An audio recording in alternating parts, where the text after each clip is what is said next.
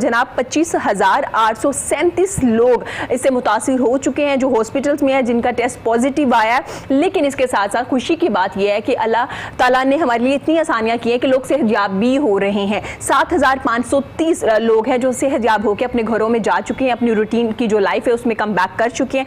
لیکن جو death rate ہے وہ جناب وہ بھی اس کے ساتھ ساتھ شروع ہو چکا ہے. 500 کچھ تقریباً 67 ہے تعداد جو آج صبح کے مطابق تھی, وہ بھی ہے. ہم ان کے لیے دعا گو ہیں جن کے پیارے ہیں جو اس وقت ہاسپٹلز میں, اللہ میاں ان کو صحت دے تاکہ وہ بھی صحت یاب ہو کے گھروں میں واپس آئیں. تو جناب آج ہم جمعۃ المبارک کی بھی بات کریں گے, رمضان شریف کے روزے دوسرا عشرہ جو کہ سٹارٹ ہو گیا اور وہ بھی بہت جلدی سے جا رہا ہے, جلدی سے گزر رہا ہے. 14واں روزہ ہو گیا, اس کے بارے میں بھی بات کریں گے, حسد کے بارے میں بھی بات کریں گے. میرے ساتھ میرے بڑے پیارے مہمان آج موجود ہیں. میں خوش آمدید کرنا چاہوں گی علامہ شعیب شفیق سیالوی کا. سر بہت خوش آمدید, کیسے ہیں آپ؟ آپ کو رمضان بہت بہت مبارک ہو.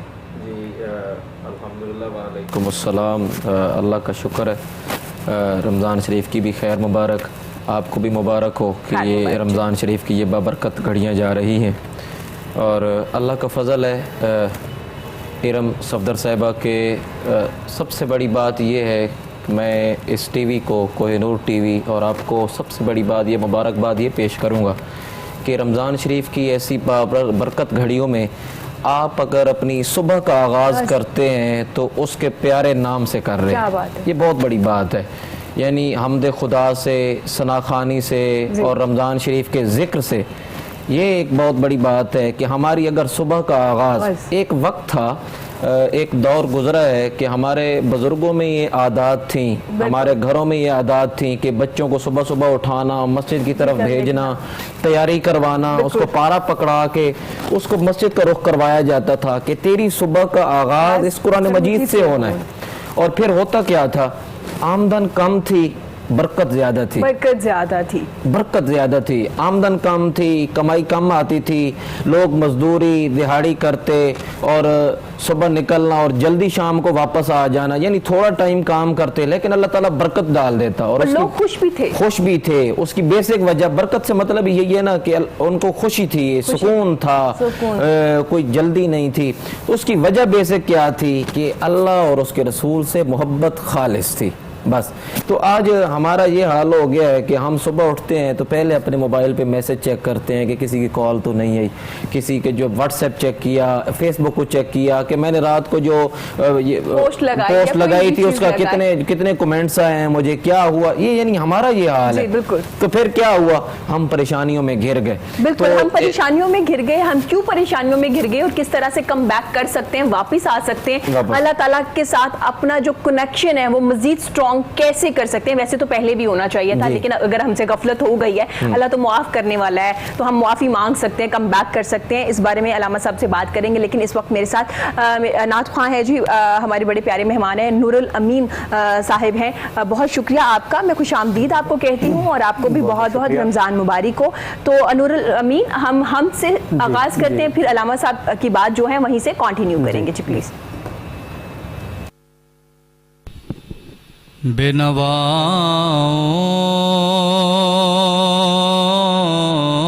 کی نوا سنتا ہے, التجا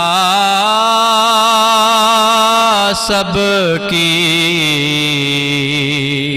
خدا سنتا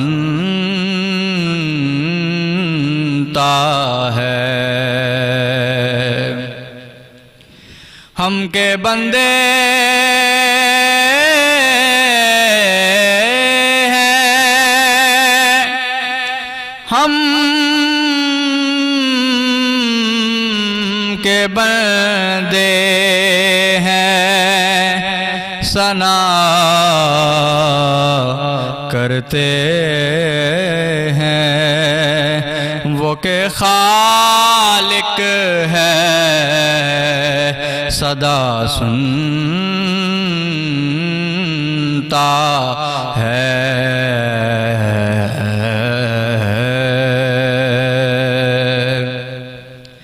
دل دھڑکنے کی صدا کیا مانا، دل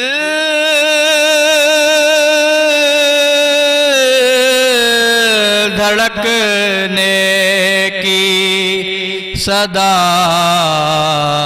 کیا مانا، پھول کھلنے کی صدا سنتا ہے، میں بندۂ عاصی ہوں، گناہ گار ہوں مولا، لیکن تیری رحمت کا طلبگار ہوں مولا، میں بندۂ عاصی ہوں، گناہ گار ہوں مولا، لیکن تیری رحمت کا طلبگار ہوں مولا، لیکن تیری رحمت کا۔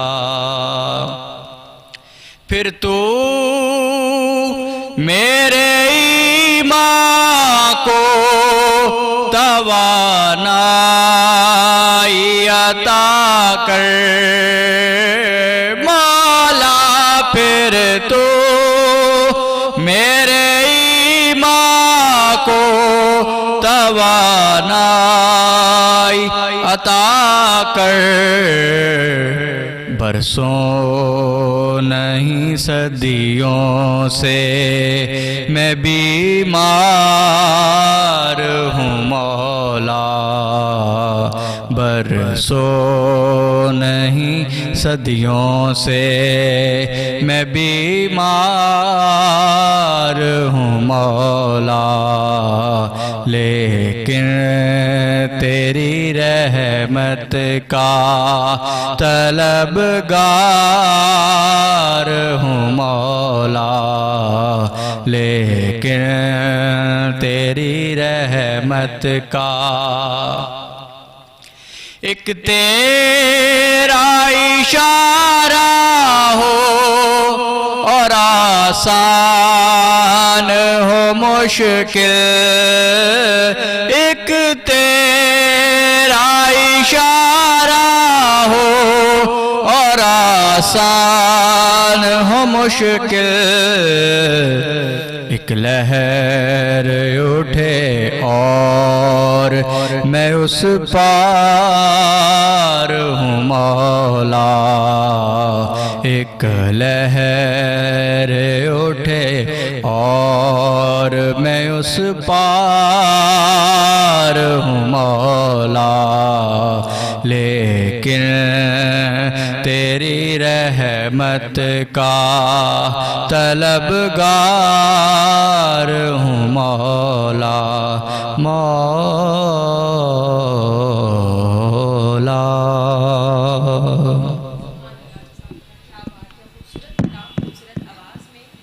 کیا جی نور الامین نے۔ علامہ صاحب آپ ذکر کر رہے تھے کہ وقت چینج ہو گیا، پہلے کچھ اور تھا اب کچھ اور ہو گیا ہے، آپ نے ذکر کیا موبائل کا، فیس بک کا، تو آپ کو کیا لگتا ہے جو ہم غفلت میں چلے گئے ہیں وہ کیا اس کی ریزن ایک، جو بہت سی وجوہات ہو سکتی ہے نا، ان میں سے ایک وجہ کیا موبائل فون ہے؟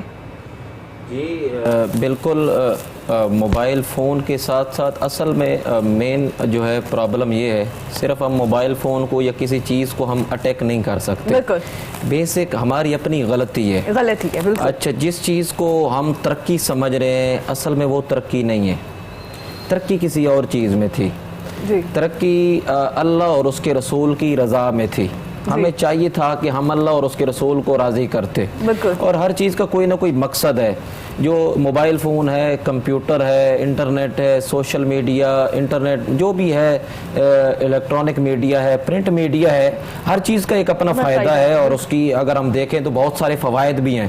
آج ہم اس میڈیا کے ذریعے آج ہم ٹی وی پر بیٹھ کر لوگوں کو دین کے بارے میں بتا رہے ہیں, اور اگر جو آدمی اس سے انشاءاللہ دیکھ رہا ہے اس کو ضرور فائدہ حاصل ہوگا.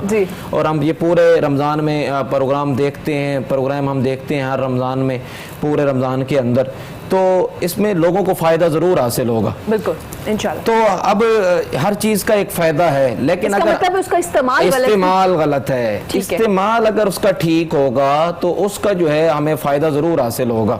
ہر چیز کا استعمال, کوئی بھی چیز آپ لے لیں, ٹی وی ہو, انٹرنیٹ ہو, اللہ تعالیٰ نے ہمیں ایک چیز دے دی ہے کہ عقل, سوچ, سمجھنے کی صلاحیت.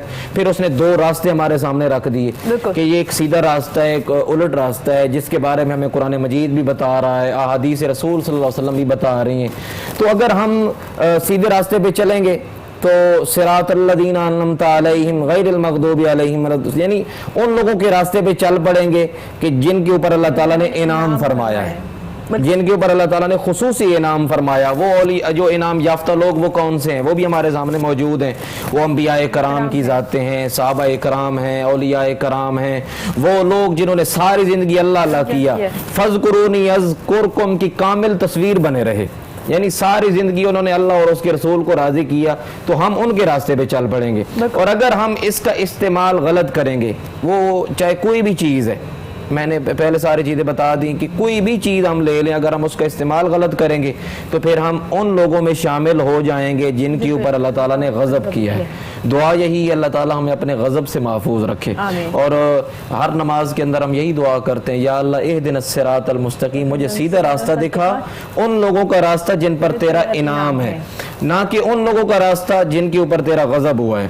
تو اس لیے ہمارا استعمال غلط ہے, ورنہ موبائل فون ہو, کمپیوٹر ہو, وہ social media, print media, electronic media, any one کوئی بھی چیز ہو, وہ غلط نہیں ہے. اگر ہم اس کا صحیح استعمال کریں گے تو اس سے ہمیں بہت سارے فوائد بھی حاصل ہوتے ہیں. ہمارے آج نوجوانوں سے گزارش ہے, میں یہاں کوہ نور کی سکرین سے, آپ کے ٹی وی چینل سے یہ میں پیغام دوں گا کہ ہمارے نوجوان خصوصاً کوشش کریں واپس آئیں. یہ جو بیماری آئی ہے کورونا کی, میں نے پچھلے پروگرام میں ادھر کوہ نور کے راہ فلاح پروگرام ہوتا ہے, تو اس سے بھی میں نے جو ہے یہ پیغام دیا تھا. میں نے کہا تھا کہ اللہ رب العالمین ہمیں واپس لانا چاہتا ہے. بالکل, کہ تم لوگوں نے جدھر جانا تھا کدھر چل پڑے ہو, تم لوگوں نے جو میرا راستہ تھا اس کو چھوڑ کر دوسرا راستہ اختیار کر لیا ہے. اصل راستہ جو حقیقی راستہ ہے وہ میری رضا ہے یا میرے محبوب صلی اللہ علیہ وسلم کی رضا ہے. یعنی اس کے علاوہ جو بھی راستے ہیں, جتنے راستے ہیں, وہ سارے کے سارے غلط ہیں. تم اللہ اور اس کے رسول کی طرف چل کے آؤ گے, اللہ تعالیٰ تو اتنا مہربان ہے, وہ فرماتا ہے تم ایک قدم چلو گے میں 10 قدم چل کے آؤں گا. کیا بات ہے, سبحان اللہ. یعنی اتنی مہربانی ہے وہ, یعنی وہ تو اتنا چاہتا ہے. اس کے علاوہ رمضان شریف کے حوالے سے جو بات ہوگی انشاءاللہ تعالی, اس حوالے سے بھی کہ رمضان شریف میں برکتیں کئی گنا بڑھ جاتی ہیں. جیسے کہ آپ بیان کر رہی تھیں کہ ایک نفل کا ثواب فرض کے برابر کر دیا جاتا ہے, اور ایک فرض کا ثواب 70 فرضوں کے برابر, اور پھر جس کے اوپر وہ رب راضی ہو جائے تو کئی گنا بڑھا کر عطا فرماتا ہے. اس کی رحمت میں کوئی کمی ہے, اس کی رحمت میں تو کوئی کمی نہیں ہے. وہ تو اتنا مہربان, اتنا رحیم اور اتنا کریم ہے کہ 100 قتل والا بھی اگر اس کی بارگاہ میں پیش ہو جاتا ہے نا سچے دل سے, حضور صلی اللہ علیہ وسلم کا امتی نہ ہو, موسیٰ علیہ السلام کا امتی ہو. حضور علیہ السلام تو محبوب خدا ہے نا, ان کی تو عظمت اور شان بھی علیحدہ ہے. تو حضرت موسیٰ علیہ السلام کا امتی بھی اگر 100 قتل کر کے آ جائے, وہ تو اتنا مہربان ہے, فرماتا ہے جا تجھے میں نے معاف فرما دی. کیا بات, سبحان اللہ. یعنی اتنا کریم رب, اتنا مہربان رب, ہم اس کی رحمت سے دور ہو گئے. اگر آج ہم نے کامیابی حاصل کرنی ہے, اگر ہم نے مقام حاصل کرنا ہے, ہم چاہتے ہیں کہ مسلمانوں کا مقام اور مرتبہ وہی لوٹ آئے جو پہلے تھا, جو صحابہ اکرام کے دور میں 313 ہوا کرتے تھے, ہزاروں پہ بھاری آ جاتے تھے, 1000 ہوتے تھے 10,000 پہ بھاری آ جاتے تھے. سردیوں کے موسم میں خندق کے اندر کھڑے ہوئے ہیں, سردی کا جاڑے کا موسم ہے, بھوک لگی ہوئی ہے, پیٹوں پہ پتھر باندھے ہوئے ہیں, پھر بھی کامیاب ترین لوگ تھے وہ. انہوں نے زمانے پہ حکومتیں کی ہیں. حضرت عمر فاروق جیسا جلیل القدر صحابی جنہوں نے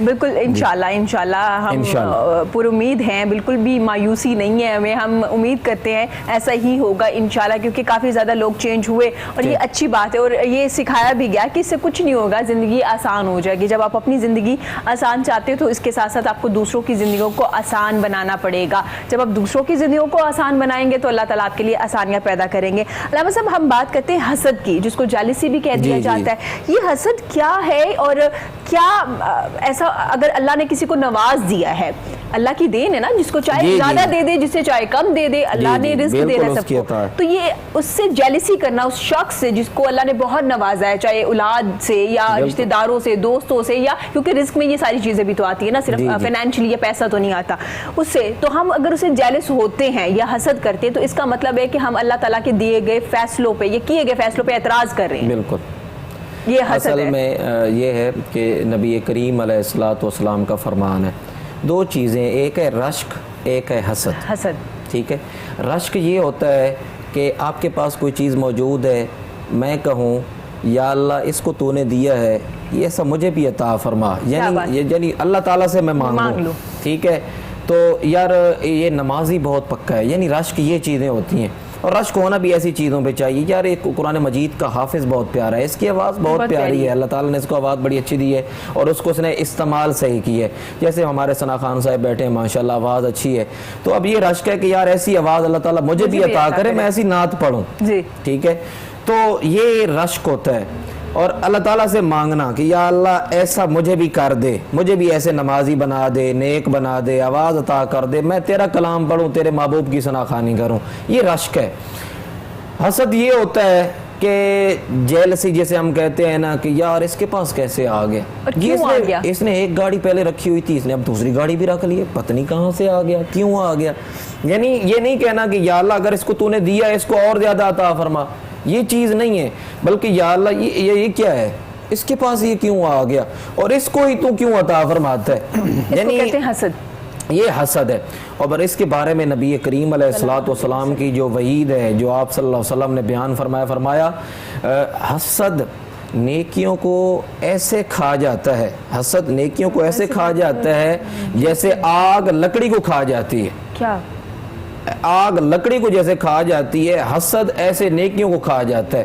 تو آگ جب جلتی ہے نا تو تھوڑا لگی رہتی ہے, پھر لکڑی ایسا ختم ہو جاتی ہے اور آخر میں وہ جو ہے نا وہ خاک بن کے اڑ جاتی ہے, ختم ہو جاتی ہے. اسی طرح انسان نیکیاں کرتا ہے اور انسان سمجھتا ہے میں سب سے زیادہ پارسا ہوں, میں سب سے زیادہ نیک ہوں, ہو سکتا ہے کہ میری نیکیاں جو ہیں وہ سمندر کے قطروں جیسی ہوں, میری آسمان کے ستاروں جتنی ہوں, میں تو بہت زیادہ نیک ہوں, مجھے کیا ہوگا. ہو سکتا ہے کہ اس کے اندر وہ حسد کی عادت ہو اور وہ ادھر سے نیکی کر رہا ہو, پیچھے سے حسد اس کو کھا رہا ہو. یہ جو جیلسی ہے نا, یہ جیلس پن, اس سے اللہ تعالیٰ محفوظ رکھے. اور کئی مطلب انسانوں کے اندر ہوتا ہے یہ چیز اور انسان کو محسوس نہیں ہوتا کہ میرے اندر یہ چیز. علامہ صاحب جیسے آپ نے ذکر کیا اور آپ نے نبی کریم صلی اللہ علیہ وسلم کی ایک کوٹیشن سے بھی ان کو بتا دیا, ان کی حدیث سے بھی بتا دیا. علامہ صاحب جو حسد کرنے والا ہے, ایک تو آپ حسد کر رہے ہو نا, اگلے کو تو کچھ نہیں ہو رہا, اللہ تو اسے نواز رہا ہے, آپ اپنے آپ کو بھی تو اندر سے ختم کر رہے ہوتے ہیں نا. کر رہے ہیں, بالکل. کئی دفعہ آپ دیکھیں گے کہ حاسد لوگ جو ہوتے ہیں نا ان کی صحت نہیں بنتی, وہ بظاہر دیکھنے میں کمزور ہوتے ہیں. اچھا علامہ صاحب میں ایک بات کلیئر کر لوں, کچھ لڑکیاں ڈائٹ کر کے بھی کمزور ہوتی ہیں, وہ جیلس ہو کے نہیں. اصل میں نا ارم صفدر, میں ہر بندے کو کمزور نہیں کہہ رہا, ہر کمزور کو میں حاسد نہیں کہہ رہا, ہر کمزور کو حاسد نہیں کہہ رہا. میں اصل میں یہ کہہ رہا ہوں اکثر حاسد ایسے ہوتے ہیں, حاسد ایسے ہوتے ہیں کہ وہ کمزور ہوں گے, وہ اپنی خوشیوں میں بھی خوش نہیں ہوتے. نہیں, خوشیوں میں بھی خوش نہیں ہوتے. شادی کا موقع ہے, کوئی فنکشن ہے, کوئی اینی ون, کوئی میلاد شریف کی محفل ہے, کوئی 11ویں شریف کی محفل ہے, تو وہ لوگ جیلس ہو کہ یار اس نے کپڑے اچھے پہنے ہوئے ہیں, یہ پھر نئی گاڑی پہ, یہ اس نے نیا مکان بنا لیا, اس نے یہ چیزیں جو ہے نا اختیار کر لیں. تو ہوتا کیا ہے کہ وہ اندر سے اپنے آپ کو ختم کر رہے ہیں. ایک اپنی نیکیاں ضائع کر رہے ہوتے ہیں, ایک اپنے آپ کی جو اس نے خوراک کھائی, جو اس کو اللہ تعالیٰ نے عطا کی, اس کو بھی ضائع کرتے ہیں. پھر اس کے اندر جس کے بارے میں نبی کریم علیہ الصلوۃ والسلام یہ فرمائے کہ حاسد بندہ ٹھیک نہیں ہے, تو اللہ رب العالمین کیسے خوش ہوگا. تو اللہ تعالیٰ بھی اس سے پھر ناراض رہتا ہے. جب جس آدمی سے اللہ ناراض ہو جائے پھر کائنات کی وہ جس چیز کو بھی راضی کرتا پھرے، اللہ جس سے ناراض ہو نا تو وہ انسان کامیاب نہیں ہو سکتا۔ بالکل۔ تو ہم نے سب سے پہلے سوچنا کیا ہے کہ اللہ کو راضی کرنا ہے، ہم نے اللہ کو اپنا بنانا ہے۔ وہ یعنی جس کا مالک ہو جاتا ہے نا، جس کا خالق ہو جاتا ہے، اس کو پھر زمانے کی ضرورت نہیں ہوتی، کیا بات، زمانے کی ضرورت نہیں ہوتی۔ تو اللہ کی رضا کس میں ہے؟ لوگوں کی خوشی میں، لوگوں کی خوشی میں۔ یعنی اگر اس نے کوئی چیز نہیں لی ہے تو میں اس کے لیے دعا کروں، یا اللہ اس کو تو نے اتنا دی ہے، اس کو اور عطا فرما۔ اس کو دعا ہونے سے کچھ بھی نہیں ہو جاتا۔ جو مجھے ملا ہے وہ مجھے مل کے رہنا ہے، اور جو مجھے ملنا ہے وہ اللہ تعالیٰ نے عطا کرنا ہے، اور جو مل چکا ہے وہ مجھ سے کوئی نہیں چھین سکتا جب تک اللہ نہ چاہے۔ تو جب یہ ساری چیزیں ہمارے اندر وہی پھر پہلی بات پہ اگر ہم آ جائیں، ایمان تقوی جب تک اللہ کے اوپر مضبوط نہیں ہوگا، وہ انسان حاسد بھی ہوگا، وہ انسان شریر بھی ہوگا، وہ فتنہ فساد کرنے والا بھی ہوگا، وہ انسان پھر سارے کام کرے گا اگر اللہ پر ایمان مضبوط نہیں ہے۔ جب اللہ کی ذات کے اوپر ہمارا ایمان مضبوط ہو گیا، اللہ کے رسول صلی اللہ علیہ وسلم کے اوپر ایمان مکمل کامل ہو گیا، اب انسان کی ساری چیزیں ٹھیک لگے گی، اس کو جو وہ کرے گا اس کو وہ سارا کچھ صحیح نظر آئے گا۔ اچھا علامہ صاحب، جو حاسد کرنے والا ہوتا ہے، جو حاسد ہوتا ہے، یا حسد کرنے والا جو ہوتا ہے، جو حاسد ہوتا ہے، وہ ناشکرا بھی ہوتا ہے، کیونکہ اللہ اسے بھی تو کچھ نہ کچھ نواز رہا ہوتا ہے نا، وہ دوسروں کی چیزوں پہ نظر رکھے ہوئے ہیں۔ جی بالکل بالکل، وہ یہ ہے نا کہ جب وہ حسد کر رہا ہے تو حقیقت میں وہ اللہ کی ناشکری کر رہا ہے۔ یعنی جب وہ حسد کر رہا ہے، وہ کہتا ہے یار اس کے پاس یہ چیز کیوں آئی، اس کا مطلب ہے وہ اپنی چیز سے خوش نہیں ہے۔ جس کو اللہ تعالیٰ نے جو کچھ عطا کیا ہے وہ اس سے خوش نہیں ہے۔ یعنی اسے اللہ تعالیٰ نے زندگی عطا کی، جوانی دی، کپڑے دیے، گھر بار دیا، والدین کی نعمت دی، اس کو جو کچھ اس نے مانگا بلکہ بن مانگے اس کو عطا کیا۔ جب ہم پیدا ہوئے تھے کیا ہم یہ ساری چیزیں لے کے آئے تھے؟ بالکل بھی نہیں، کوئی بھی چیز ہمارے پاس نہیں تھی۔ ہم تو تن کا جو کپڑا ہے وہ بھی ساتھ نہیں لے کے آئے، اور ہم تو اس قابل بھی نہیں تھے کہ ہم خود سے رو سکیں، ہم تو چیخ بھی نہیں مار سکتے تھے، یہ بھی تو اس کی عطا سے ہماری چیخ نکلی۔ تو یعنی ہم جب پیدا ہوئے تو ہم کچھ نہیں لے کر آئے۔ اب ہم جب پیدا ہو گئے، اللہ تعالیٰ نے جب بڑا کر دیا، جب اللہ تعالیٰ نے سمجھ عقل اور شعور عطا کر دیا، پھر سب سے بڑی بات ہے اللہ تعالیٰ نے ہمیں اشرف المخلوقات بنایا ہے۔ کیا بات، سب سے مخلوق، ہر چیز میں بڑے بڑے اس نے جانور پیدا کیے، بڑی بڑی چیزیں پیدا کی، مچھلیاں، ہر چیز اس نے کائنات میں بنا دی۔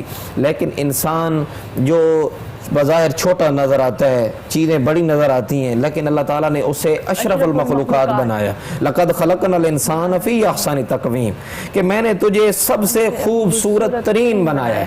کیا بات، یعنی اپنی تخلیق میں خود بنا کے۔ ایک ارم صفدر صاحبہ یہ بات بھی بڑی سمجھنے کی ہے کہ جب انسان کوئی چیز بناتا ہے نا خود، اس کی تعریف نہیں کرتا۔ کیوں؟ کہ اگر میں تعریف کروں گا تو ہو سکتا ہے اگلا جو تعریف سننے والا ہے وہ کہے اپنی بنائی ہوئی چیز کی تعریف کر رہے ہو، بڑا عجیب آدمی ہے۔ اور یہ ہوتا ایسے ہے کہ ایک بندہ کرسی بناتا ہے، صوفہ بناتا ہے، اور وہ کہے کہ جی یہ میں نے بڑا خوبصورت بنایا ہے، میں نے اس کے اوپر پھٹیاں لگائیں، میں نے یہ کیا، میں نے وہ کیا۔ جب وہ تعریف کرے گا نا تو ہم بیٹھے ہوئے لوگ ہم کہیں گے یار اتنا بے وقوف، اپنا خود بنا کے خود ہی تعریف کر، اپنی تعریف کر رہا ہے نا۔ تو اللہ رب العالمین نے خود انسان کو بنایا، خود تعریف کی، لقد خلق الانسان فی احسن تقویم، میں نے تجھے سب سے پیارا بنایا ہے۔ اور اگر ہم سورۃ الانفطار میں چلیں، 30واں پارہ، یا ایھا الانسان ما غرک بربک الکریم، اے انسان تیرا رب بڑا ہی کریم ہے۔ یعنی اس نے بنایا اور پھر اس نے ہی اپنے بنائے ہوئے کی تعریف کر کے کیا بتایا کہ میں رب ہو کر بھی، میں رب ہو کر تجھے بنا کر تیری تعریف، تیری جو ہے نا میں خوبصورتی کو بیان کر رہا ہوں۔ اس سے سمجھ لے کہ تیری خوبصورتی کتنی زیادہ ہے، تو کتنا اعلیٰ ہے، تو کتنا بہتر ہے۔ اگر تو اپنی بہتری کو جان لے، تو اگر اپنی عظمت اور شان کو جان لے، تو کسی سے حسد نہیں کرے گا، کسی سے بغض نہیں رکھے گا، کسی سے جیلسی تجھے نہیں ہوگی، بلکہ جب بھی تو کرے گا رشک کرے گا، سنت رسول پہ عمل کرے گا، قرآن مجید پڑھے گا، اللہ کو راضی کرے گا، اللہ کے بندوں کے ساتھ محبت کرے گا۔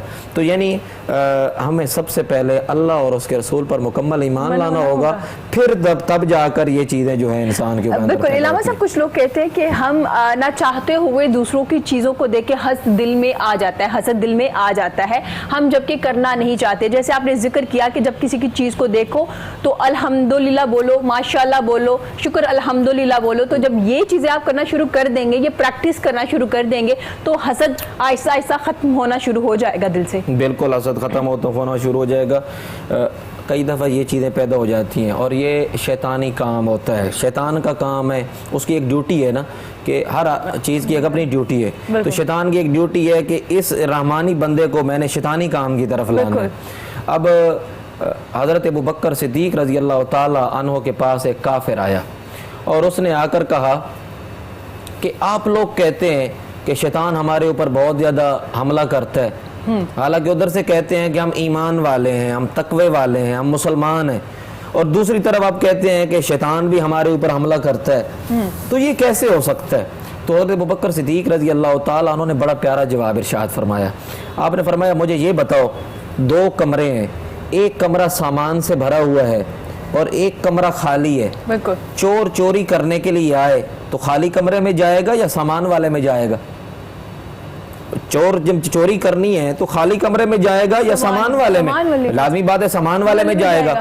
تو اس نے کہا جی سامان والے میں جائے گا. حضرت ابوبکر صدیق رضی اللہ تعالیٰ عنہ نے فرمایا میرے دل میں ایمان ہے، ہمارے دل میں یعنی ہمارے پاس ایمان کی دولت موجود ہے، ہمارے پاس اللہ رب العالمین نے کلمے کی طاقت رکھی ہے، ہمارا ایمان مضبوط ہے. تو جب شیطان چوری کرنے کے لیے آتا ہے نا تو وہ کافروں کے پاس نہیں جاتا، کیونکہ کافر تو پہلے ہی کافر ہے، وہ تو پہلے ہی انکار کرنے والا ہے، وہ تو خود شیطان ہے، وہ تو خود شیطان بنا ہوا ہے.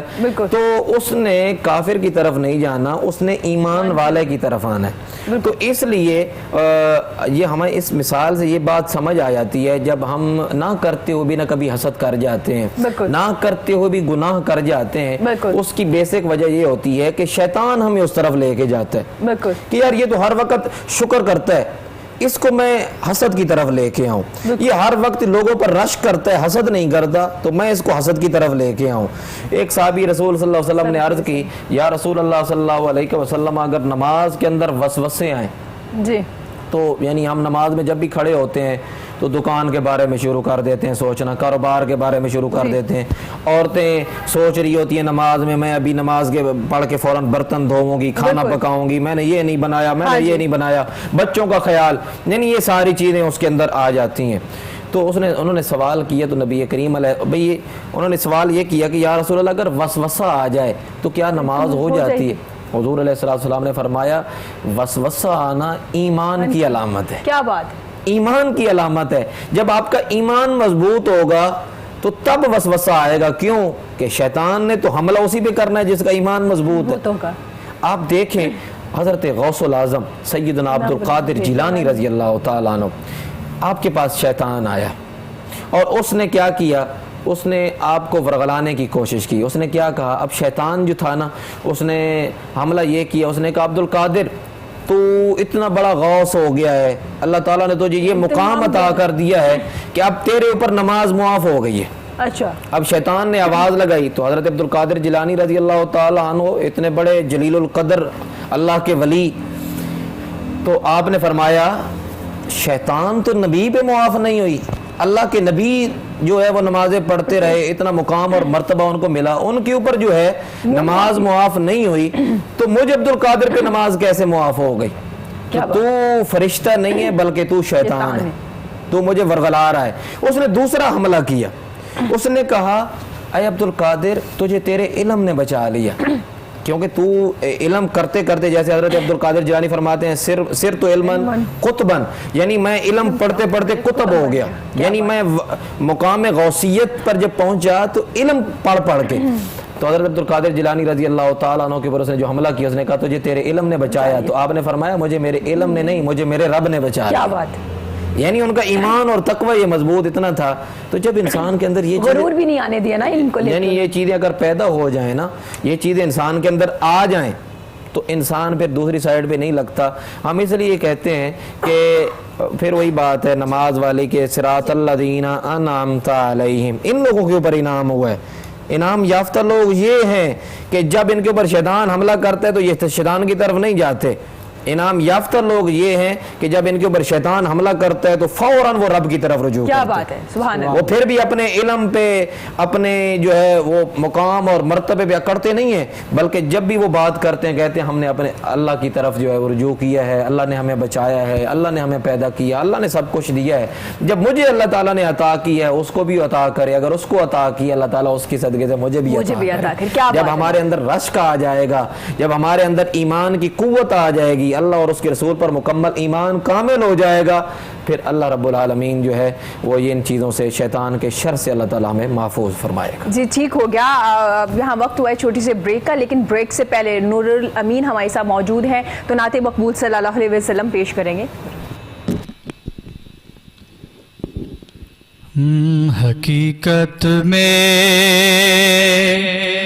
وہ لطف زندگی پایا نہیں کرتے، حقیقت میں وہ لطف زندگی پایا نہیں کرتے، جو یاد مصطفیٰ سے دل کو بہلایا نہیں کرتے، جو یاد مصطفیٰ سے دل کو بہلایا نہیں کرتے. یہ دربار محمد ہے یہاں ملتا ہے بن مانگے. یہ دربار محمد ہے یہاں ملتا ہے بن مانگے. ارے ناداں یہاں دامن کو پھیلایا نہیں کرتے، ارے ناداں یہاں دامن کو پھیلایا نہیں کرتے. یہ دربار محمد ہے یہاں اپنوں کا کیا کہنا. یہ دربار محمد ہے یہاں اپنوں کا کیا کہنا. یہاں سے ہاتھ خالی غیر بھی جایا نہیں کرتے. یہاں سے ہاتھ خالی غیر بھی جایا نہیں کرتے. محمد مصطفیٰ کے باغ کے سب پھول ایسے ہیں جو بن پانی کے تر رہتے ہیں، مرجھایا نہیں کرتے. جو بن پانی کے تر رہتے ہیں، مرجھایا نہیں کرتے. زبان پہ شکوہ رنج و الم لایا نہیں کرتے. زبان پہ شکوہ رنج و الم لایا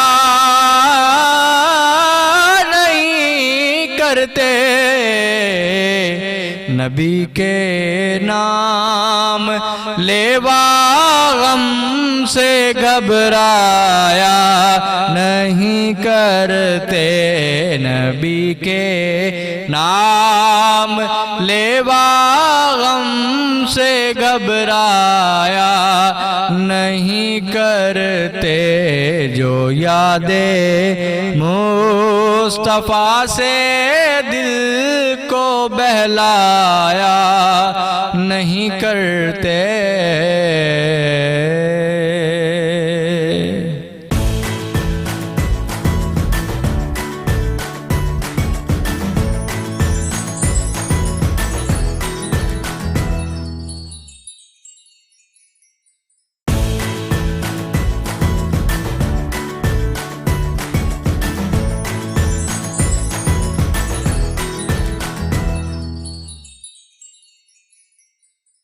ویلکم بیک جی. گفتگو کا سلسلہ جاری ہے. ہم بات کریں رمضان شریف کی فضیلت کی, جمعۃ المبارک کی, اور اس کے ساتھ ساتھ ہم لوگ آخری عشرے کی بھی بات کریں گے. اب یہ جو ہے بغض, دل میں بغض رکھنا, یہ کیا ہے؟ کیونکہ حسد کے ساتھ ہی اس کا کوئی رابطہ ہے, یہ ایک الگ چیز ہے اور حسد ایک الگ چیز ہے؟ حسد اور بغض جو ہے وہ تقریباً دونوں ایک ہی بیماری ہیں. ٹھیک ہے, تو بیسیکلی یہ بیماری ہے, یہ بیماری ہے, یہ بیماری اور یہ روحانی بیماری ہے, سب سے بڑی بیماری ہے نا. دیکھیں نا کہ ایک تو وہ نیکیوں کو کھا رہی ہے, اور دوسرا وہ انسان کی صحت کو خراب کر رہی ہے, یعنی اس کو بربادی کی طرف لے کے جا رہی ہے.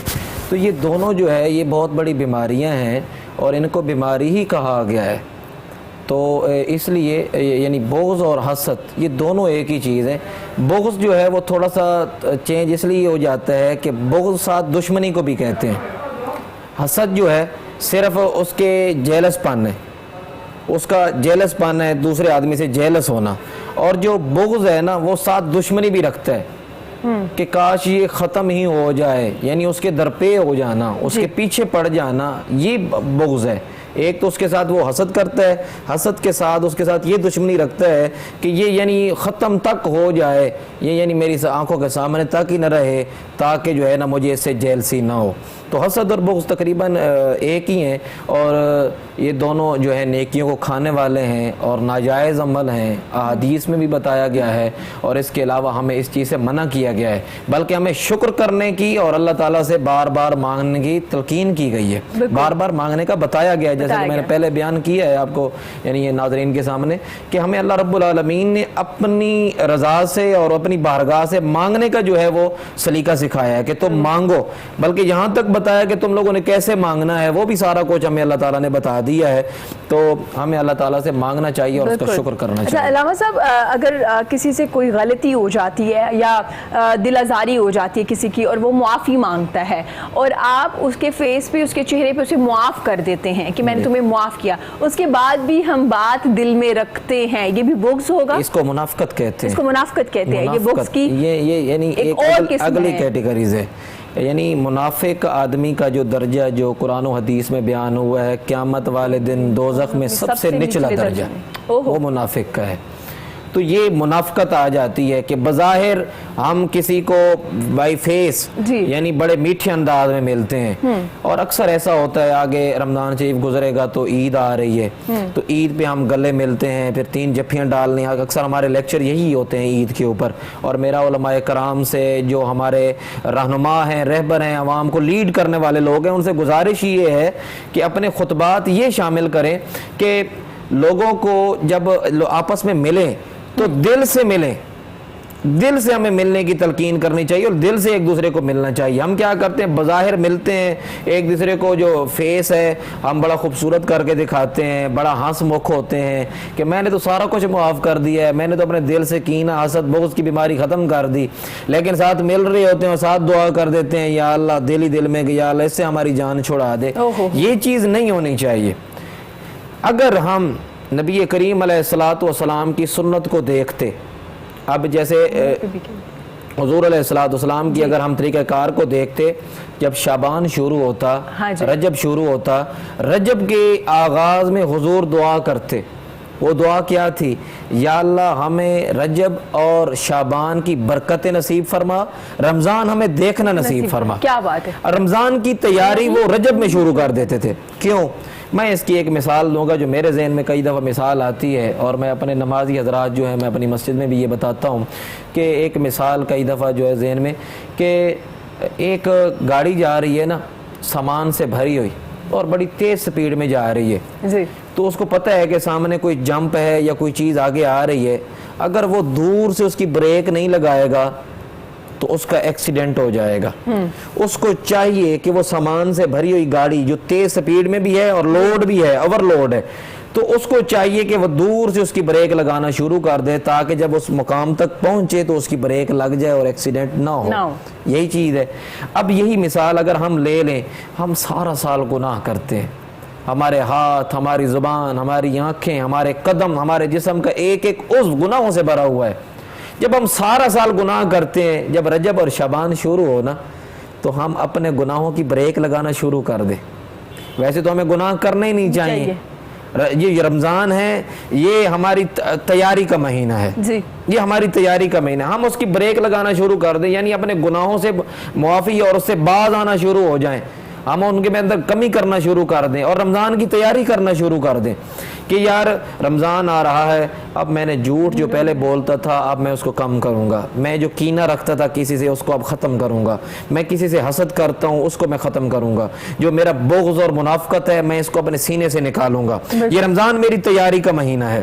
تو حضور علیہ الصلوۃ والسلام کا بھی طریقہ کار یہی تھا کہ حضور علیہ الصلوۃ والسلام جب رجب کا چاند نظر آتا تو حضور دعا کرتے، یا اللہ اس کی برکت نصیب فرما اور رمضان ہمیں دیکھنا نصیب فرما تاکہ اس کی بھی مکمل برکتیں ہمیں مل جائیں۔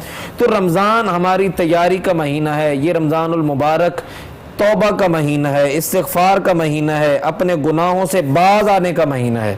تو اب رمضان تقریباً آج آدھا مکمل ہو چکا ہے، 14 روزے ہو گئے ہیں، اب یا 29 ہیں یا 30 ہیں، تو یعنی آدھا رمضان شریف گزر چکا ہے۔ ہمیں چاہیے کہ ہم حضور علیہ الصلوۃ والسلام کی اس سنت پر عمل کریں اور اپنی رمضان کو بہتر بنائیں۔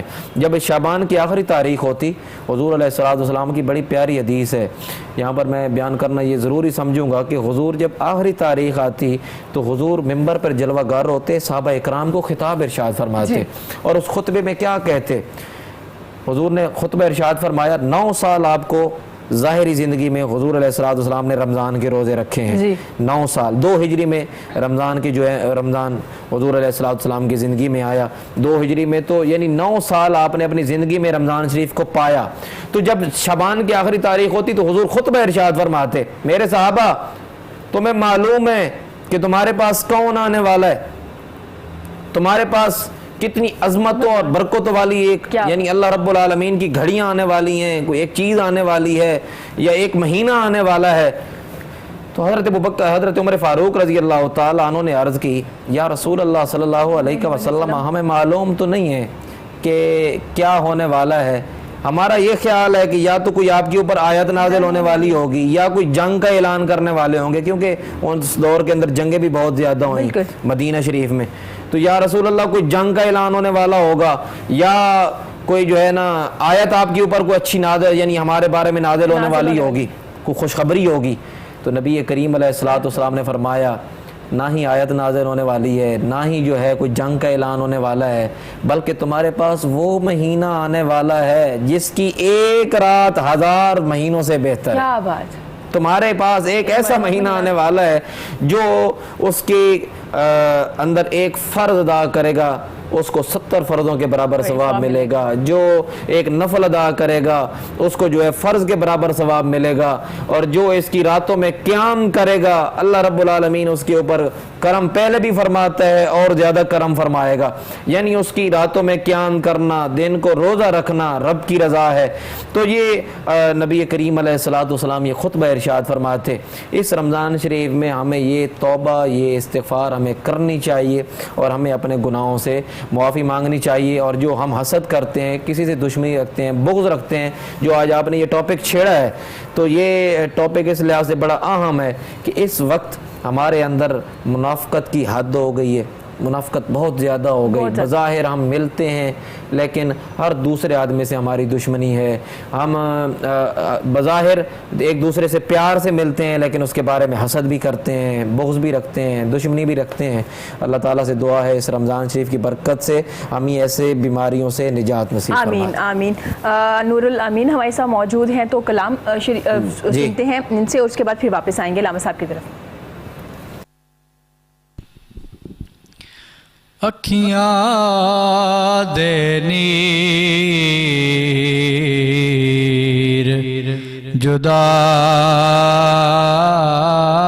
جدائی وچ دن رات وگائے جاندے نے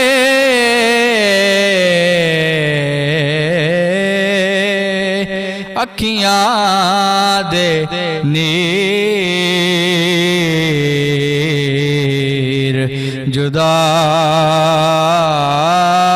جدائی وچ دن رات وگائے جاندے نے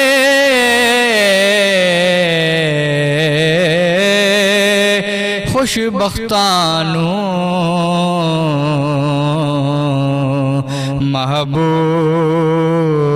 محبوباں دے دیدار کرائے جاندے نے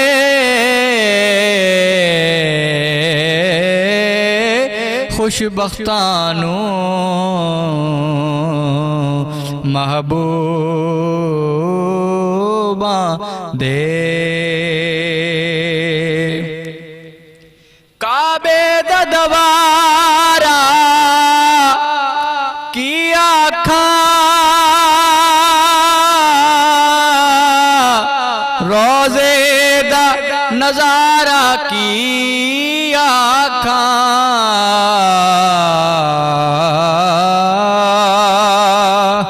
ایتھے درد سنائے جاندے نے اوتھے درد مٹائے جاندے نے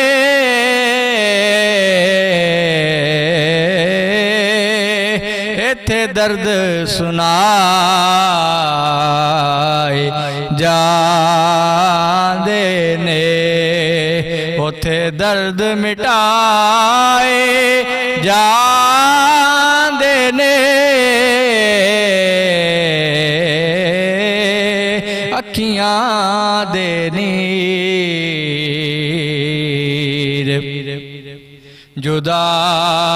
جدائی وچ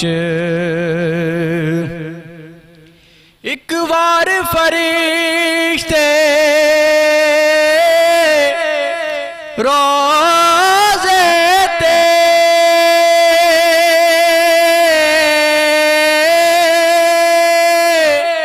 جو آندے پھر نہ آندے نے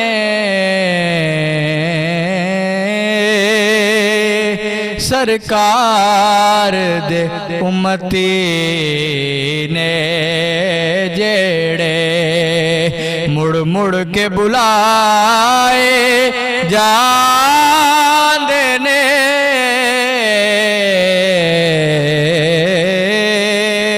سرکار دے امتی نے جیڑے مڑ مڑ کے بلائے جاندے نے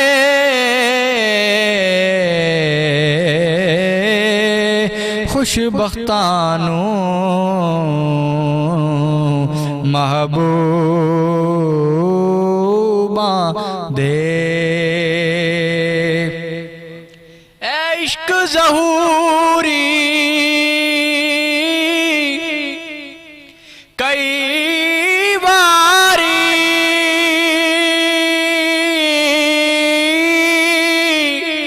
مرن تو پہلا مار دے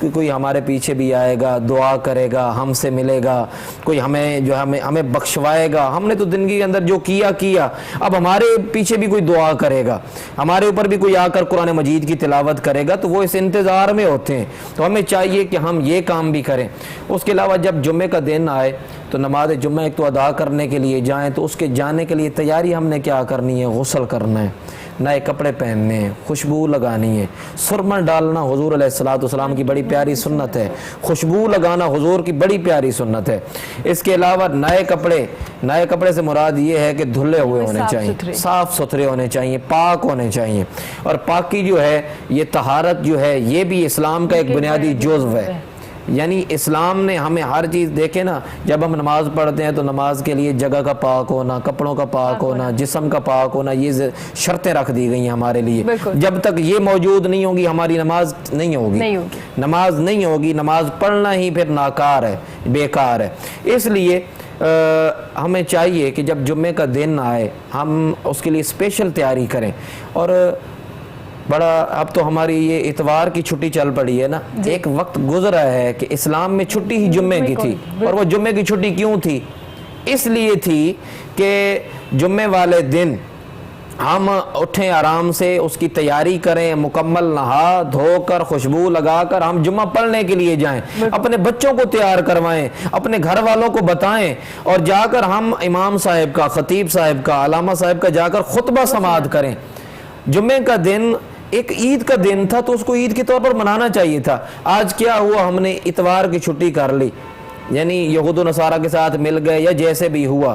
آج میں یہاں سے اس ٹی وی چینل سے ایک یہ پیغام جو میرے ذہن میں آ رہا ہے یہ دینا چاہیے. اور ہمارے جو پیر صاحب ہیں, میں سیالوی ہوں, تو حضور پیر سیال لجپال حضور شیخ الاسلام والمسلمین خواجہ قمر الدین سیالوی رحمۃ اللہ, اور پھر اب ان کے صاحبزادے ہیں خواجہ حمید الدین سیالوی دامت برکاتہم القدسیہ, یہ لوگ بڑی انہوں نے کوشش کی ہے ایک وقت میں کہ جمعے کے لیے, خصوصاً حضور خواجہ حمید الدین سیالوی دامت برکاتہم, انہوں نے بڑی کوشش کی ہے کہ جمعے کا دن دوبارہ چھٹی ہو جائے. ہمیں چاہیے جو ہمارے اس وقت حکمران ہیں, وزیر اعظم صاحب ہیں یا دیگر جتنے بھی حکمران, ان سے گزارش ہے کہ جمعے کی چھٹی کو بحال کیا جائے. آج یہاں سے یہ پیغام ہمارا جانا چاہیے اور اس کو زیر غور لانا چاہیے.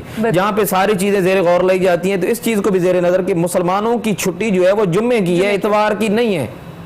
اتوار کی چھٹی جو ہے وہ دوسرے مذاہب میں ہوگی, ہماری چھٹی اسلام کے مطابق, کیونکہ ہماری عید جمعے کو ہوتی ہے. اور یہی ہوتا ہے, ہمارے اکثر لوگوں کی ڈیوٹی ہوتی ہے اس وقت جمعے والے دن, وہ بیچارے ڈیوٹی پہ پہنچے ہوتے ہیں, وہ جو صبح جو انہوں نے تیاری کی ہے اسی کپڑے میں, انہی کپڑوں میں وہ جمعہ پڑھتے ہیں. وہ باقاعدہ جمعے کی تیاری نہیں کر پاتے, وہ تو ڈیوٹی کی تیاری ہو گئی, اپنی جاب کی تیاری ہو گئی, اپنی دفتر اور کام کی تیاری ہو گئی. تو اس لیے ہمیں چاہیے ہمارے حکمرانوں کو کہ یہ جو جمعے کی چھٹی ہے اس کو بحال کیا جائے, اتوار کی چھٹی نہ ہو, جمعے کی چھٹی جو ہے یہ بڑی ضروری ہے تاکہ ہم اس عید کو عید کے دن منائیں اور جمعے کی اسپیشل تیاری کریں. بالکل. اور ایک حدیث مبارکہ بھی ہے جس کا میں بتاؤں کہ آپ جمعے کے دن ایک گھڑی ایسی ہوگی جس میں قبولیت ہوگی, اس کو تلاش کیا جائے عصر سے مغرب کے درمیان یا عصر کے بعد. ایسا ہی ہے کہ مطلب پورے دن میں آپ جب بھی نماز پڑھیں یا عبادات کریں اس میں ایک گھڑی ایسی آئے گی جس میں آپ کی جو ہے دعا جو ہے وہ قبول ہوگی, قبولیت کی گھڑی ہوگی. علامہ صاحب, جو صورتحال تھی پچھلے دنوں مساجد کو انہوں نے بند کر دیا تھا کرونا وائرس کی وجہ سے, تو جمعہ کی نماز تو گھر میں نہیں ہوتی, تو پھر کیا تھا کہ پوری نماز جو ہے نماز ظہر وہ گھر میں ادا کی جائے جماعت کے ساتھ اگر گھر میں لوگ ہیں. جی, نماز ظہر گھر پہ ادا کر سکتے ہیں جماعت کے ساتھ. جی, تو اس کے جو ہے یہ طریقہ کار ہے کہ نماز ظہر ہم گھر پہ ادا کریں گے, لیکن وہ جمعے کا جو ثواب ہے وہ ہمیں نہیں نصیب ہوگا, یعنی وہ نہیں ملے گا. تو ہمیں چاہیے کہ جو ہم احتیاطی تدابیر الحمدللہ ہم اختیار کر رہے ہیں اور ہمیں کرنی بھی چاہیے. کئی لوگ اس سے بڑے انکاری ہوتے ہیں اور بڑے جناب انہوں نے شور مچانا کہ ہم دیکھیں ہم بھی تو علماء کرام ہیں, اور الحمدللہ ہمارے جو مفتیان اعظام ہیں, جو علماء حق ہیں, جو حق پہ چلنے والے ہیں, انہوں نے حکومت کے ساتھ کمپرومائز کیا ہے اور ماشاءاللہ, اور انہوں نے جو ہے وہ ان کے ساتھ چلے ہیں اور جو جائز ہے اس کے مطابق چلے ہیں. یہ نہیں ہے کہ ہم نہ حق چلنا شروع کر دیں, نہ حق نہیں چلے. تو احتیاطی تدابیر اختیار کرتے ہوئے جو ہے وہ ہمیں مسجد میں آنا چاہیے, فاصلہ جو ہے جو بتایا گیا ہے وہ ہمیں رکھنا چاہیے. اس کے علاوہ جو ماسک کا اہتمام ہے ہمیں کرنا چاہیے. یہ ایک بیماری ہے اور اس کا فائدہ بھی تو ہمیں ہی ہے نا, اس کا بینیفٹ بھی تو ہمیں ہی ملے گا کہ ہم اس بیماری سے نجات حاصل کر لیں گے. اگر ہم احتیاط نہیں کریں گے تو پھر اس کا نقصان ہوگا. ہمیں ماسک کا اہتمام کرنا چاہیے, سینیٹائزر کا اہتمام کرنا چاہیے, فاصلہ رکھنا چاہیے, اور ایک جگہ پر جمع نہیں ہونا چاہیے. ہمیں یہ چاہیے کہ مساجد کے اندر ایسی چیزیں ہم جب اختیار کریں گے تو اللہ رب العالمین کرم فرمائے گا. پھر رمضان شریف کی اتنی بابرکت گھڑیاں ہیں, اگر ہم دل سے دعا کریں اور ساتھ کسی کے ساتھ مل کے کریں اجتماعی طور پر, تو اللہ رب العالمین کرم فرمائے گا, اس بیماری سے ہمیں نجات عطا فرمائے گا. علامہ صاحب, لوگ رکھ رہے ہیں یہ ڈسٹینس رکھ رہے ہیں, مساجد میں قائم کیا جا رہا ہے, یہ SOPs پہ عمل کیا جا رہا ہے؟ جی الحمدللہ اس وقت پورے پاکستان میں تقریباً کوئی شاید ایسی مسجد ہو جہاں پر ڈسٹینس نہ ہو, ڈسٹینس رکھا جا رہا ہے, اور جو نہیں رکھ رہے تھے یا جو نہیں کر رہے تھے ان کی مساجد کو بند کر دیا گیا ہے. تو ڈسٹینس الحمدللہ خصوصاً میری مسجد میں جہاں پہ میں ہوں وہاں پہ رکھا جا رہا ہے, اور اس احتیاطی تدابیر کا استعمال ہو رہا ہے. اور کوئی بھی ایسا بندہ جو ہے نہیں, جو انکار کرنے والے تھے یا جو بھی تھے تو ان سے گزارش کی گئی ہے. الحمدللہ کوئی ایسی مسجد تقریباً آسانی سے لوگوں نے مان لیا. جی الحمدللہ نماز پڑھی جا رہی ہے. نمازیوں کی تعداد جیسے رمضان شریف میں ہوتی تھی ویسے تو نہیں ہے, لیکن یہ ہے کہ رمضان شریف کا جب مہینہ آتا ہے تو وہ رونقیں پھر لے آتا ہے. رونقیں آباد ہیں, مسجدیں کھلی ہوئی ہیں. اصل میں مین جو چیز تھی, ہم یہ چاہتے تھے کہ ہماری مساجد کو بند نہ کیا جائے, کیونکہ توبہ کا ایک ہی دروازہ ہے اس وقت ہمارے پاس, اور وہ مساجد ہے. بالکل, یہ اگر کھلی رہیں گی تو ہمارا جو ہے وہ توبہ کو جو دروازہ ہے وہ کھلا رہے گا. کیونکہ اجتماعی طور پر اللہ رب العالمین جو ہے نا وہ جو توبہ قبول فرماتا ہے وہ اکیلے قبول نہیں ہوتی. اکیلی عبادت کا مزہ اپنا ہے, لیکن توبہ کرنے کا جو مزہ ہے نا وہ کسی کی آمین کے ساتھ آمین ہے. کیونکہ ہو سکتا ہے کہ جہاں پہ 40 ویسے بھی حضور علیہ السلام کا فرمان ہے جہاں پر 40 لوگ جمع ہو جائیں ان میں سے ایک اللہ کا نیک آدمی ہوتا ہے, ایک اللہ کا ولی ہوتا ہے. تو ہو سکتا ہے جہاں پر 40 آدمی جمع ہوں ان میں سے ایک اللہ کا ولی ہو, میری دعا نہیں قبول ہو رہی, اس اللہ کے ولی کی وجہ سے میری دعا قبول ہو جائے. کیا بات ہے. تو ہم یہ چاہتے تھے کہ ہم کمپرومائز کرنے کے لیے تیار ہیں, ہم آپ کے ساتھ چلنے کے لیے تیار ہیں. ایک تو وبا بھی ختم ہو جائے, دوسرا ہماری مساجد کھلی رہیں تاکہ یہ بند نہ ہو, کیونکہ خاص ایک اہم مہینہ ہے رمضان شریف کا, اور اس سے بڑھ کر تو کوئی مہینہ ہمیں نصیب نہیں ہوا, اتنا اہم مہینہ. تو اس مہینے میں ہماری عبادات چلتی رہے. علامہ صاحب سے گفتگو جاری رہے گی. نور الامین موجود ہیں, تو نور الامین آپ سے کلام سنیں گے.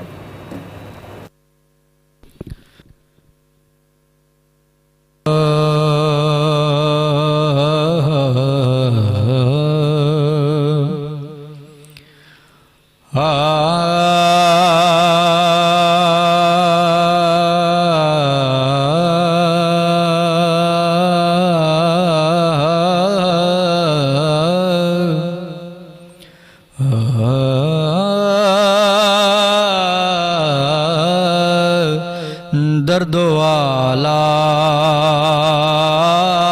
آلام کے مارے ہوئے کیا دیتے ہیں,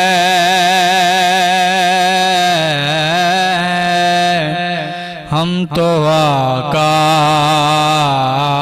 کی نگاہوں کو دعا دیتے ہیں,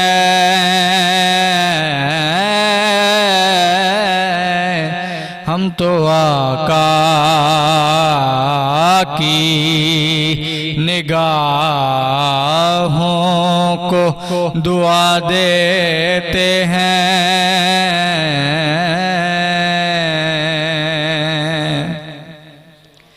بندہ بننا ہے خدا کا تو گدا بن ان کا,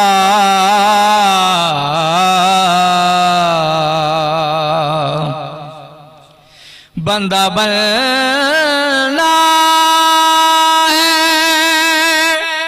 خدا کا تو گدا بن ان کا, جو فقیروں کو شہنشاہ بنا دیتے ہیں,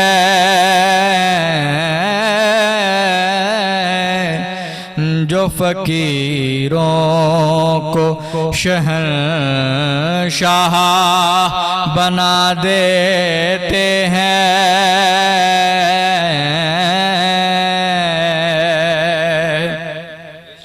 اللہ کیے جانے سے اللہ نہ ملے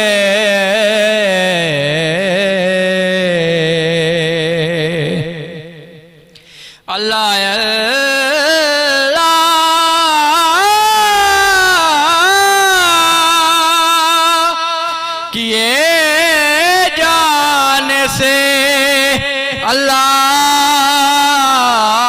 نہ ملے تو پھر اللہ کیسے ملتا ہے؟ اللہ والے ہیں جو اللہ سے ملا دیتے ہیں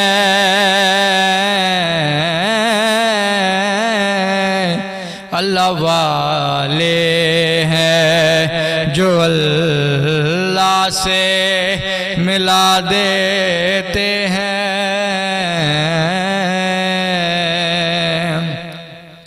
عقل والوں کے نصیبوں میں کہاں ذوق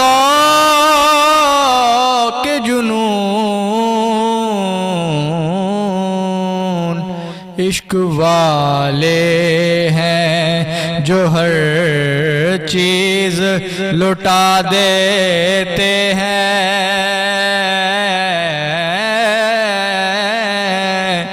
عشق والے ہیں جو ہر چیز لٹا دیتے ہیں اور یاد آتی ہے مدینے کی ظہوری جب بھی چند آنسو شب فرقت میں بہا دیتے ہیں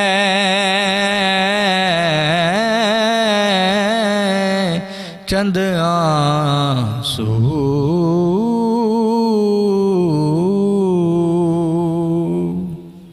بات ہے سبحان اللہ جزاک اللہ بہت ہی خوبصورت کلام خوبصورت آواز میں علامہ صاحب کی طرف آئیں گے واپس علامہ صاحب آپ نے رمضان شریف کی برکت کے بارے میں ہمیں بتایا فضیلت کے بارے میں بتایا جمعۃ المبارک کے بارے میں بھی آپ نے ہمیں بتایا کہ کتنے گنا زیادہ ثواب ہو جاتا ہے جب رمضان میں آتا ہے جمعہ علامہ صاحب اب ہم بات کریں گے آخری عشرہ بھی آنے والا ہے قریب ہی لیلۃ القدر کی رات بھی آئے گی طاق راتیں بھی شروع ہونے والی ہیں تو اس کا بھی ہمیں پہلے سے پریپریشن کر لینی چاہیے انتظامات کر لینے چاہیے تیاریاں کر لینی چاہیے بالکل اعتکاف کی تیاری خود نبی کریم علیہ السلام خود فرمایا کرتے تھے ایک تو یعنی جس طرح بندہ کسی سفر پہ جاتا ہے تو سامان سفر باندھتا ہے یعنی اس کی مکمل تیاری کرتا ہے تو رمضان شریف کا یہ آخری عشرہ آنے والا ہے تو اس میں برکتیں اور عظمتیں اس کی زیادہ ہو جاتی ہیں خصوصاً طاق راتوں میں حضور علیہ السلام کا فرمان ہے کہ شب قدر کو 21 23 25 27 اور 29 میں تلاش کرو یعنی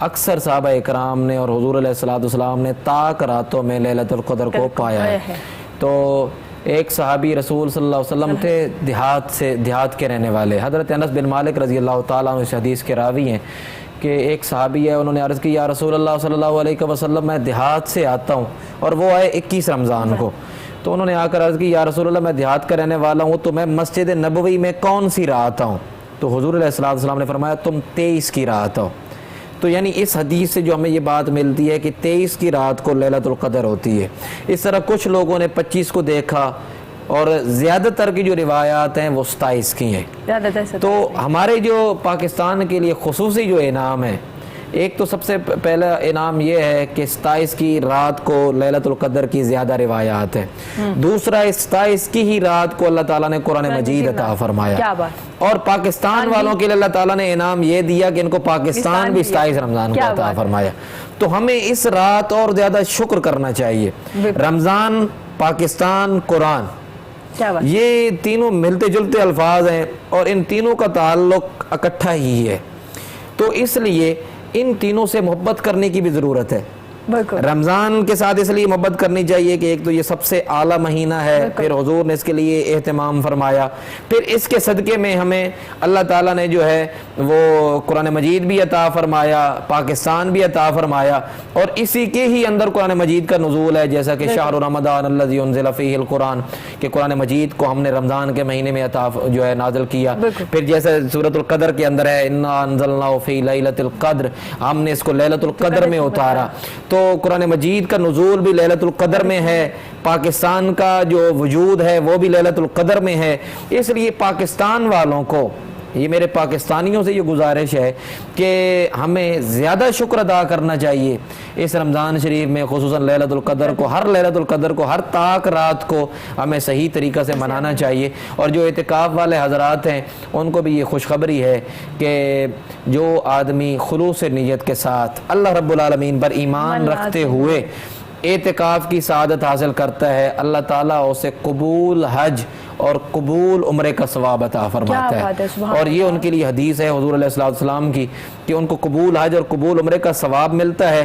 تو اس سے ایک بات ہمیں یہ بھی ملتی ہے کہ ایک آدمی حج پہ جاتا ہے نا تو وہ لاکھوں روپیہ لگاتا ہے، 7 لاکھ 6 لاکھ کا آج کل حج ہو رہا ہے تقریباً، اگر وہ صحیح اس کا پیسہ خرچ کرے 6 سے 7 لاکھ روپے وہ لگاتا ہے، تیاری باندھتا ہے، اپنے گھر والوں سے جدا بھی ہوتا ہے 40 دن کے لیے، وہ جاتا ہے اپنا کاروبار چھوڑ کر، بیوی بچے ہر چیز چھوڑ کر جاتا ہے، تو پھر اس کے بعد بھی یہ امید نہیں ہے کہ یہ قبول ہوتا ہے یا نہیں ہوتا، یہ قبول ہوتا ہے یا نہیں ہوتا۔ تو اعتکاف جب انسان کرتا ہے وہ اللہ کی رضا کے لیے اپنے گھر میں اعتکاف کر لے، مسجد میں کر لے، کمرے میں کر لے، کہیں پر بھی وہ اعتکاف جہاں پہ اس کو پاک جگہ ملے وہ اعتکاف کرے اللہ کی بارگاہ میں۔ اصل میں اعتکاف ہوتا ہے دھرنا دے کے بیٹھ جانا، دھرنا دینا کہ یا اللہ میں نے ساری زندگی گناہ کی، میں مانتا ہوں، تسلیم کر لینا اپنی غلطیوں کو، تسلیم کر کے اب وہ اپنے اللہ کی بارگاہ میں بیٹھ گیا کہ یا اللہ میں نے غلطیاں کی، میں گناہ گار ہوں، میں سیاکار ہوں، اب تیری بارگاہ میں آ گیا ہوں، اب تو مجھے عطا فرمائے گا تو میں واپس جاؤں گا، نہیں تو میں نے نہیں جانا۔ کیا بات ہے۔ اور پھر رمضان شریف کی اتنی بابرکت گھڑیاں ہیں، وہ کیسے نہیں عطا فرمائے گا، بالکل وہ کیسے کرم نہیں فرمائے گا، وہ تو اتنا مہربان ہے جو 70 ماہوں سے بڑھ کر پیار کرنے والا ہے۔ کیا بات ہے۔ اور اس کی مثال بھی امام قسطلانی رحمۃ اللہ علیہ نے بڑی پیاری جو ہے نا وہ مثال دی ہے۔ وہ فرماتے ہیں میں ایک دفعہ جا رہا تھا تو ایک گھر کے پاس سے گزرا نا، ایک ماں اپنے بچے پر ناراض ہو گئی۔ اب جب اس نے بچے پر ناراض ہوئی تو اس نے اپنے بچے کو نا گھر سے باہر نکال دیا، گھر سے باہر نکال دیا، بچہ روئے تڑپے، اماں جی میں اب شرارت نہیں کروں گا، مجھے معاف کر دو۔ اب وہ بچہ جیسے ہوتا ہے چھوٹا، وہ روتا ہے، چیخیں، ماں نے نا غصے سے نا دروازہ بند کر دیا، پیچھے سے کنڈی لگا دی۔ اب بچہ کچھ دیر رویا، بچہ تھا، روتے روتے خاموش ہوا اور خاموش ہو کر نا تو ادھر ہی سو گیا۔ اب ادھر وہ دروازے کے اوپر سویا ہوا ہے، امام کو وہ کہتے ہیں کہ میں دیکھ رہا تھا تو مجھے کیسے پتا چلا کہ اللہ تعالیٰ اتنا مہربان ہے۔ وہ فرماتے ہیں مجھے اس دن سمجھ آئی، وہ سمجھ ایسے آئی، بچہ ادھر ہی سو گیا، کچھ دیر کے بعد نا ماں نے دروازہ کھولا، دیکھا بچہ دروازے پہ سویا ہوا ہے، ماں کی آنکھوں میں آنسو آئے، دل پسیج گیا اور دل نرم ہوا، اور نرم ہو کر اس نے اپنے بچے کو اٹھایا، سینے سے لگایا، بیٹا میں نے تجھے کیسے گھر سے نکالا تھا اور تو دروازے پہ ہی سو گیا، آج میرے سے اتنی بڑی غلطی ہو گئی، اتنی بڑی خطا ہو گئی کہ تو روتے روتے سو گیا۔ اب ماں کی آنکھوں میں سے آنسو ہے اور دل جو ہے اس کا نرم ہو گیا۔ تو امام قسطلانی فرماتے ہیں کہ میں نے جب دیکھا نا کہ ایک ماں نے ایک دفعہ اپنے بچے کو روتا ہوا دیکھا اور روتے ہوئے وہ سو گیا تو اس کا دل نرم ہو گیا، جو 70 ماہوں سے بڑھ کر بلکہ کئی گنا ماہوں سے بڑھ کر وہ جو پیار کرنے والا ہے وہ اپنے بندوں کو جب اپنے گناہوں میں دیکھتا ہوگا، جب اپنے بندوں کو روتا ہوا دیکھتا ہوگا، جب اپنے بندوں کو مانگتا ہوا دیکھتا ہوگا تو وہ کتنا مہربان ہو جاتا ہوگا۔ یہ تو عام دنوں کی بات ہے، رمضان شریف میں رب کی رحمت جوش پہ آ جاتی ہے، بلکہ ہر رات حضور کا فرمان ہے کہ وہ آسمان دنیا پر نزول فرماتا ہے اور وہ اعلان فرماتا ہے کوئی مجھ سے مانگنے والا آج میں اس کو اولاد عطا کروں، ہے مجھ سے کوئی رزق کی فراوانی مانگنے والا میں اس کو رزق عطا کروں، ہے کوئی مجھ سے کاروبار میں وسعت مانگنے والا میں اسے کاروبار میں وسعت عطا کروں، ہے کوئی مجھ سے عمر میں جو ہے زیادتی مانگنے والا میں اس کی عمر بڑھا دوں۔ یعنی جو جو انسان مانگتا جاتا ہے اللہ تعالیٰ اس کو عطا فرماتا جاتا ہے۔ کیا بات ہے، سبحان اللہ۔ یہ رمضان شریف کا پیارا مہینہ اور اس کی آخری راتیں آخری عشرہ شروع ہونے والا ہے کچھ ہی دن میں، تو ہمیں چاہیے کہ ہم اپنے گناہوں سے باز آئیں، معافی مانگیں، اور شیطانی جو ہمارے اندر وسوسے رہتے ہیں، جو ہمارے شیطانی کام پورا سال رہتے ہیں، ہم ان سے معافی مانگ کر اللہ تعالیٰ کی بارگاہ میں گڑ گڑائیں، انشاءاللہ وہ کرم فرمائے گا، اور ضرور اعتکاف کریں۔ اگر مسجد میں کیونکہ جو حالات چل رہے ہیں کورونا کے، کوشش کریں کہ گھر میں ہی اعتکاف کر لیں، مسجد کا ثواب زیادہ ہے، اس کا اعتکاف کا مزہ اپنا ہے، کیونکہ وہاں پر ہماری عبادت جو ہے وہ علیحدہ ہو جاتی ہے، گھر والوں سے ہم تھوڑا بچ جاتے ہیں۔ تو اگر یہ حالات جو بنے ہوئے ہیں، اگر ہم گھر میں بھی اعتکاف کریں گے تو ہمارا اعتکاف قبول ہوگا، اور کرنا چاہیے ایسا۔ بالکل۔ علامہ صاحب خواتین کے لیے بتائیے گا، کیونکہ کچھ مساجد میں ایسی جگہ بنی ہوتی ہے نا خواتین کے لیے، کچھ مدارس ایسے ہوتے ہیں جن میں جگہ بنی ہوتی ہے اعتکاف کے لیے، خواتین بھی جاتی ہیں، تو کیا وہ گھر میں اعتکاف کریں زیادہ بہتر؟ جی اعتکاف کرنا ہی عورت کو، جو آج کل کے حالات ہیں، گھر میں ہی کرنا چاہیے۔ ویسے عورت کو مسجد کی اجازت تھی، لیکن اب یہ جو حالات ہمارے، ایک تو کورونا ہے نا، تو کورونا کے علاوہ جو اس وقت فحاشی، بے حیائی، پہلے مسجد میں نماز بھی پڑھنے جاتی تھی، خصوصاً جمعے کی نماز عورتیں جاتی تھیں، عید کی نماز میں بھی، بلکہ حضور علیہ السلام کی مستند روایات یا حدیث موجود ہیں کہ عید کی نماز عورتیں پڑھنے جایا کرتی تھیں، بخاری اور مسلم کی یہ حدیث ہیں۔ لیکن اب عورتوں کو منع کر دیا گیا، اس کی وجہ کیا ہے؟ حضرت عمر فاروق رضی اللہ تعالیٰ عنہ کے دور اقدس سے یہ پابندی لگائی گئی، عورتوں کو اس لیے منع کیا گیا کہ یعنی لوگ جاتے تھے عورتوں کے پیچھے، اور فحاشی پھیلنے کا خطرہ تھا، اس طرح کے حالات نہ بن جائیں۔ اب ہماری جو مساجد ہیں ان کے اندر ایسا ہوتا ہے کہ ایک طرف سے مرد آ رہے ہیں، ایک طرف سے عورتیں جمع ہو رہی ہیں، تو کہیں نہ کہیں ایسا نہ ہو کہ بے پردگی کا جو ہے وہ چیز پیدا ہو جائے، تو اس کا خیال رکھتے ہوئے عورت کو مسجد میں ان حالات میں جانا ہی نہیں چاہیے، گھر میں ہی اعتکاف کریں، ٹھیک ہو گیا۔ نہ نماز وہ جہاں کا وہاں جا کر پڑھیں، ہمارے علماء کرام نے بھی اس چیز سے منع کیا ہوا ہے، نہ وہ نماز جا کر پڑھیں، نہ وہ اعتکاف کریں، وہ گھر میں ہی اعتکاف کریں، نماز بھی گھر میں ادا کریں۔ عورت کے لیے بہتر بھی یہی ہے، اور اس کی قبولیت بھی یہی ہے۔ اللہ رب العالمین پھر کرم فرمائے گا، کیونکہ ہماری نیت خالص ہے، اس لحاظ سے کہ ہم فحاشی سے، بے حیائی سے بچ جائیں۔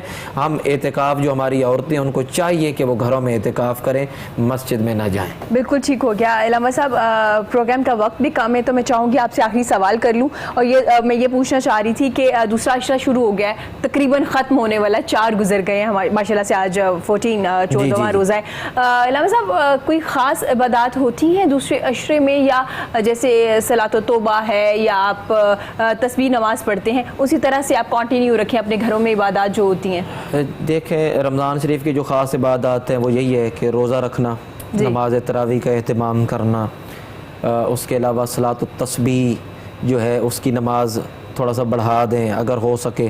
ویسے حضور علیہ السلام کا تو طریقہ کار یہ تھا کہ آپ رات کو قیام فرماتے اور دن کو سخاوت کرتے۔ ایک سخاوت جو ہے نا، اس کو بڑھا دیں۔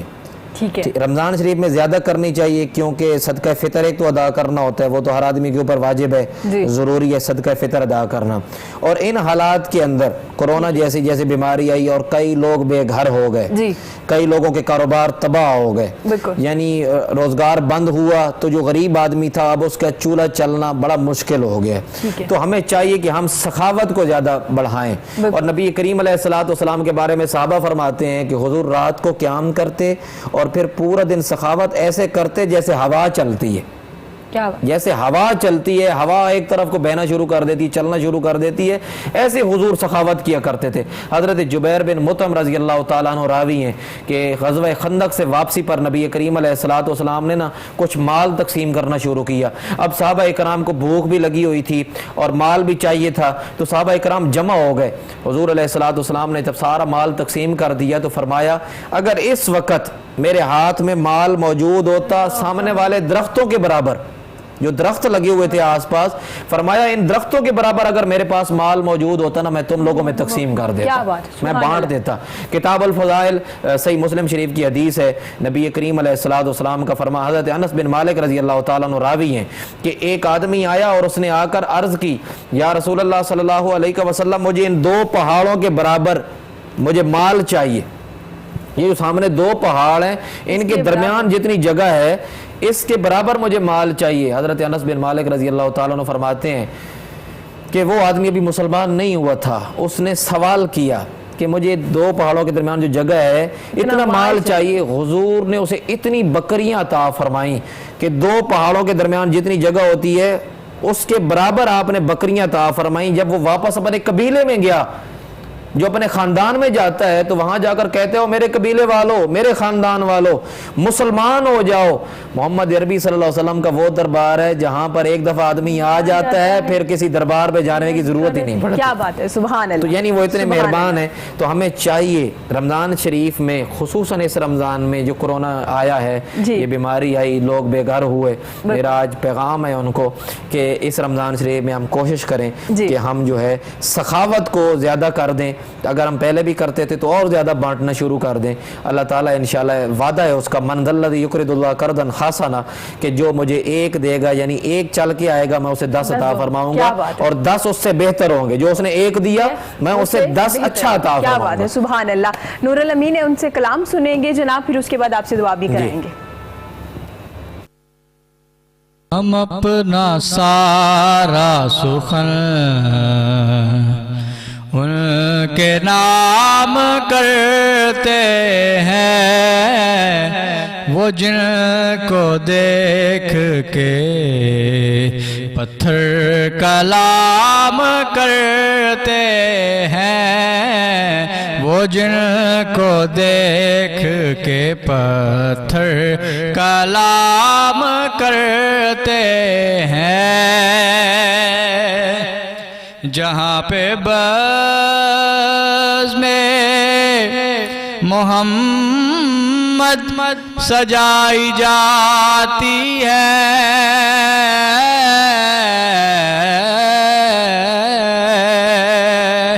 جہاں پہ بزم محمد سجائی جاتی ہے, وہاں پہ شب کو فرشتے قیام کرتے ہیں, وہاں پہ شب کو فرشتے قیام کرتے ہیں. جو کام کوئی بھی سائنس کر نہیں سکتی,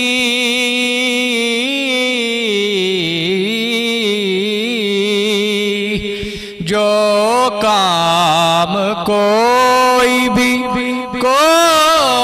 بھی سائنس کر نہیں سکتی, وہ کام آپ کے ادنا غلام کرتے ہیں, وہ کام آپ کے ادنا غلام کرتے ہیں. حضور ایک نظر ہم سے آسیوں پر بھی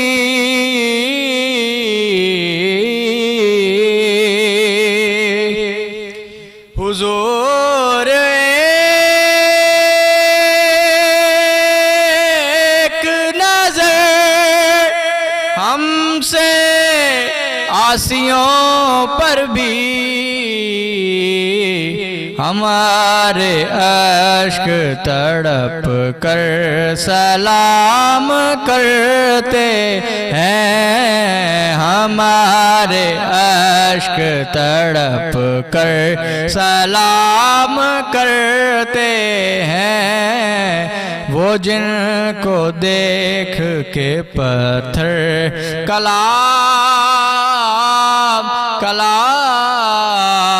کرتے ہیں.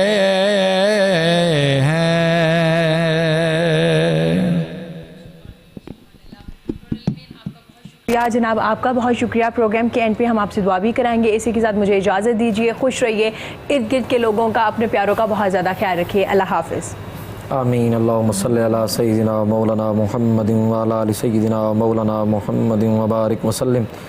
یا اللہ یا رحمان یا رحیم, یہ ثنا خوانی ہوئی, بیان ہوا جتنا یہ پروگرام ہوا یا اللہ اس کو اپنی بارگاہ میں قبول فرما، اس رمضان شریف کی مکمل ہمیں برکت نصیب فرما، ہماری نماز تراویح کو، ہماری عبادات کو، روزوں کو یا اللہ اپنی بارگاہ میں قبول فرما، تمام مسلمانوں کو اتحاد اتفاق کی دولت نصیب فرما، خصوصاً یا اللہ جمعہ شریف کے دن کا صدقہ، آج اتنا بڑا دن ہے یا اللہ، یہ عید کا دن ہے مسلمانوں کا یا اللہ، اس عید کے دن کے صدقے یا اللہ کرونا جیسی وبا سے ہمیں نجات نصیب فرما، جہاں جہیں مسلمان آباد ہیں ان کو آباد و شاد فرما، یا اللہ ہماری تمام دعاؤں کو اپنی بارگاہ میں قبول فرما، اپنے پیارے حبیب علیہ السلام کا واسطہ امت مسلمہ کی خیر فرما، اپنے پیارے حبیب علیہ السلام کے غلاموں کی خیر فرما، ان کو دن دگنی رات چگنی ترقی عطا فرما، ہمارے کاروباروں میں وسعت نصیب فرما، رزق حلال کمانے کی، کھانے کی، کھلانے کی توفیق عطا فرما، اللہم ربنا تقبل منا انکا انت السمیع العلیم وتب علینا انکا انت التواب الرحیم۔ یا اللہ آخر میں خصوصاً دعا کرتے ہیں کوہ نور ٹی وی کی چینل کے جتنے افراد ہیں جو لوگ اس میں عمل کام کرتے ہیں، سب کو رزق حلال عطا فرما، سب کی عمروں میں، علم میں، عمل میں برکت نصیب فرما، صلی اللہ تعالی علی حبیب خیر خلقہ محمد